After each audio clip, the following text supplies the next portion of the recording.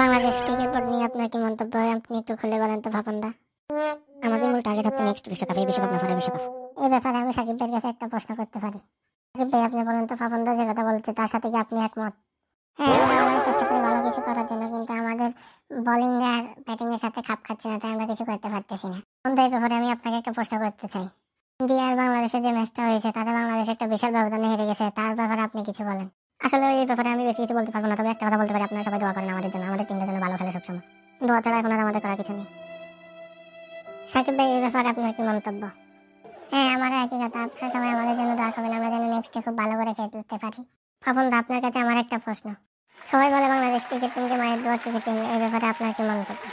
আসলে যে যাই বলুক তাতে আমাদের কান দিলে চলবে না, আমাদের ইয়ে হচ্ছে নেক্সট বিশ্বকাপ, এই বিশ্বকাপ না তার পরের বিশ্বকাপ। সাকিব ভাই, আপনারা কি শোরুম উদ্বোধনের খবর পেলে মাঠ থেকে ছুটে আসেন শোরুম উদ্বোধন করার জন্য? আসলে কথাটা কতটুকু যুক্তিসঙ্গত তা আমার জানা নাই। মানুষে অনেকে আমার পিছনে অনেক কথা বলে, তাতে সব কথাতে কান দিয়ে আমার কোনো লাভ হবে না। আমাকে আমার প্ল্যান অনুযায়ী আগাতে হবে সামনের দিকে। হ্যালো, কে বলছেন? জি, পাপন দা স্পিকিং, বলেন। জি জি, আচ্ছা ঠিক আছে, আমরা ঠিক সময় মতো চলে আসবো, আপনি চিন্তা করেন না, অপেক্ষা করেন। সাকিব, চলো আমাকে আবার শোরুম উদ্বোধন করতে হইবে, এখান থেকে যাই, চলো তাড়াতাড়ি টকশো বাদ দিই।